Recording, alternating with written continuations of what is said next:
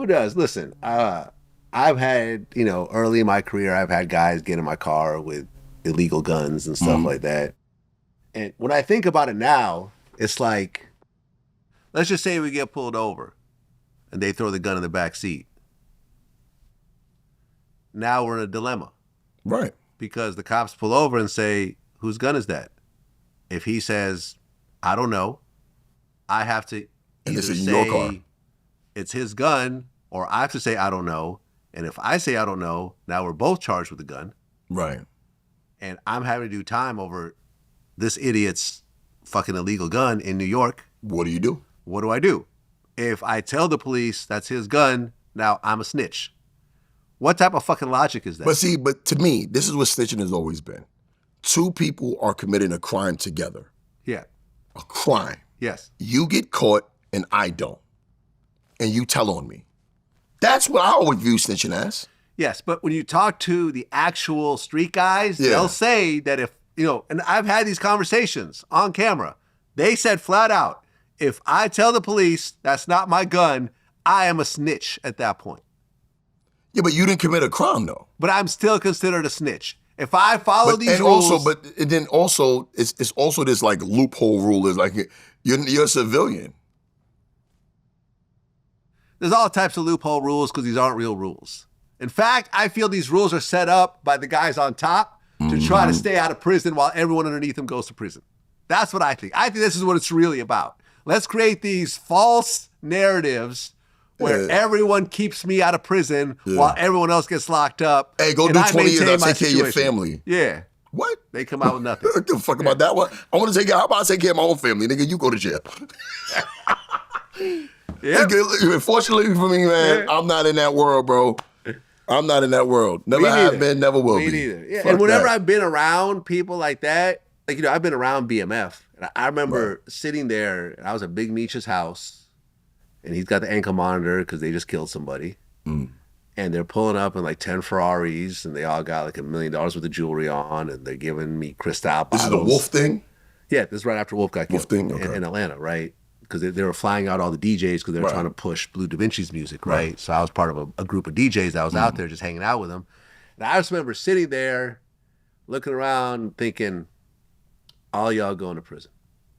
They had billboards that said the world is BMF. I remember that. We're coming off the airport. I'm like, is these the same guys that flew us out? Like, they have a billboard. And I'm hanging out with them like, these are obviously all drug dealers. No one's selling any albums, right? Like, none of these songs are moving, right? And the amount of money they have is so insane.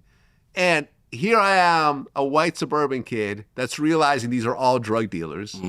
So what do you think the feds are thinking? You think I know what's going on and the feds are still in the dark? Obviously the feds know what's going on. And my thing was like, I don't want to be around this. And that's They're all going to go to prison and I don't want to be around it. That's the scary thing about the feds because they kind of let you rock out. Yeah. They don't let you don't commit a crime and then they come get you. They let you rock out. Oh, you don't even know you're being watched half of the time. Oh, no, listen, but my thing was like, okay, so I'm probably being recorded with these guys right now. Wait a minute, you helped take down BMF, bro? I did not help take down I just thought about that. Wait a minute, you was around for that? It was me. Holy shit, bro. I was the Fed plant. I just thought about it. I'm the Fed plant in the BMF story. We go that far I took them all down. Oh, shit, That's right. bro. I was moving the kilos and helping them pack up the bricks. Damn, and the limos and all that Vlad. shit. No, listen, man, I didn't see nothing like at the time, right? Because I'm just partying with them, right? I didn't see nothing illegal. All I saw was them spending a lot of money, but it was obvious that the money was all illegal. Right. I assumed it was drugs. Right. That was the most obvious, and I was right.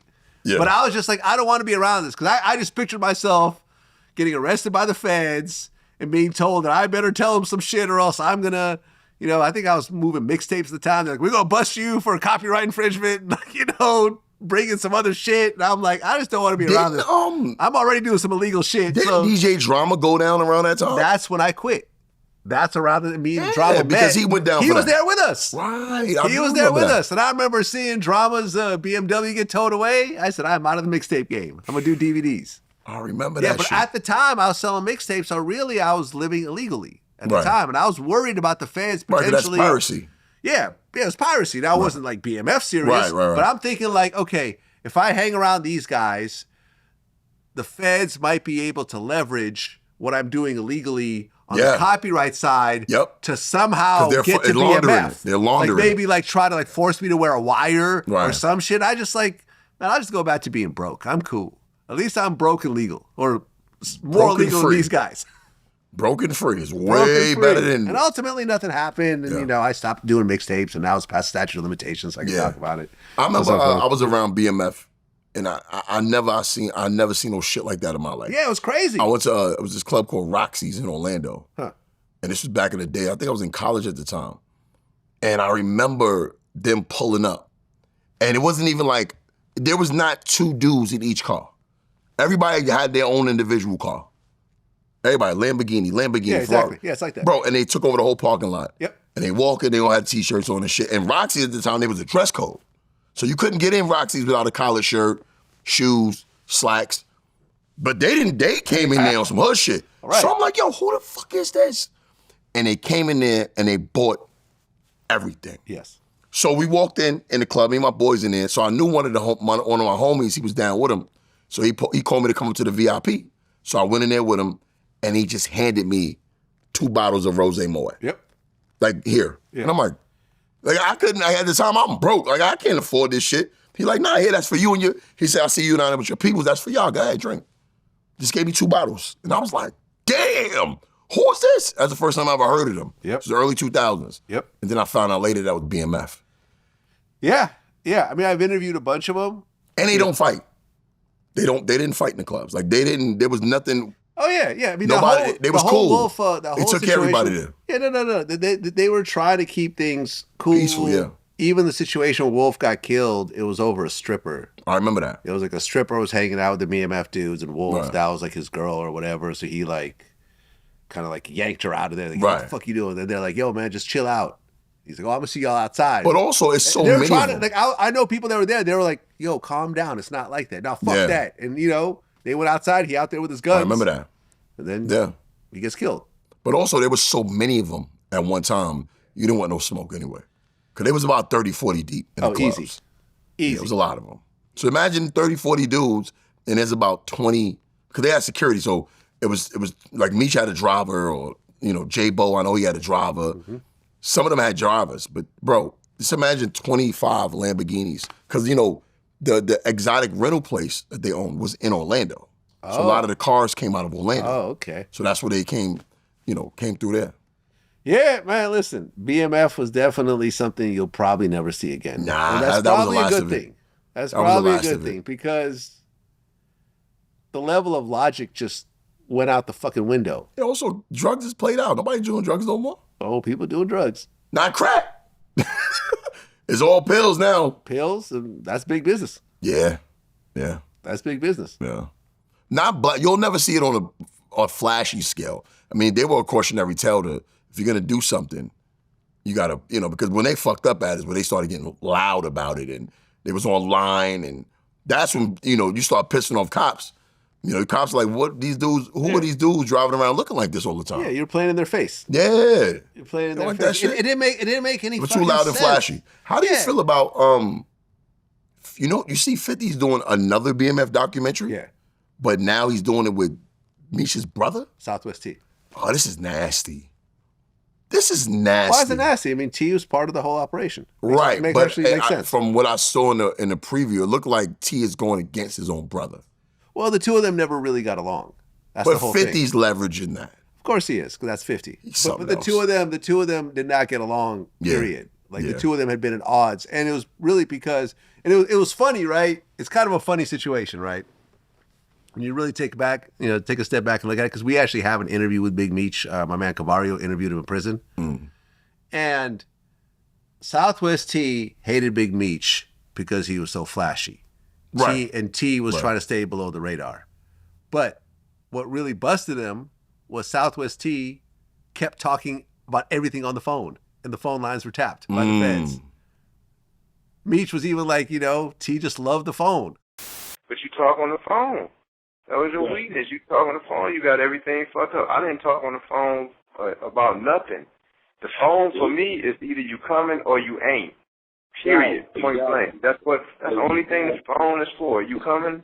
Oh, no, I ain't gonna be. Are you gonna be able to make it? That's what it's for. You coming or you not? It ain't for nothing else, man. Meech never said anything on the phone. He was the one that brought him down there. Technically, yeah, because he basically admitted to everything on the phone call. Wow. And he wasn't the flashy one. So, I mean, it's all ironic at the end of the day. Right. That's irony for real, though. Yeah, that's irony for real. Yeah. Well, before I let you go, a couple of RIPs. Jesse Jackson. Yeah, died. Passed away today. Passed away. 84 years old. We had a couple back to back to back. Robert Duvall. Robert Duvall, legend. Legendary Robert Duvall. Apocalypse Now, The Godfather. Godfather. Yeah. The Consigliere. Yeah. The Godfather. Yeah, he was that guy. But Jesse Jackson, I believe, was the first black person to run for president. Yep. Ran twice. 1984, I believe. Yep. I remember that. Yep. I remember that. He didn't have a chance. Hell no. He didn't have a chance. Hell no. And, I mean, it's interesting because I think after he ran, a lot of people just assumed we'd never have a black president. Right. But it's not that we would not have a black Well, he's president. actually the second. I'm sorry? He's actually the second black person. Who was the first? You got to go way back in history to know. Frederick Douglass. Oh, Frederick Douglass ran for president. I did not know that. Yeah. Okay. Frederick Shout out to Douglass. Frederick Douglass. Yeah. Okay. Well, yeah, it was like, even Tupac had songs like, even though it's heaven sent, we ain't ready to have a black president. Mm-hmm. But then Obama came along. Yep. But Jesse was the first to do it in 1984, I believe. Yeah. He ran. And I just feel like it's really, people like to put race on a lot of shit, but it's really about the person. Yeah. Just like, look, New York has its first Muslim mayor.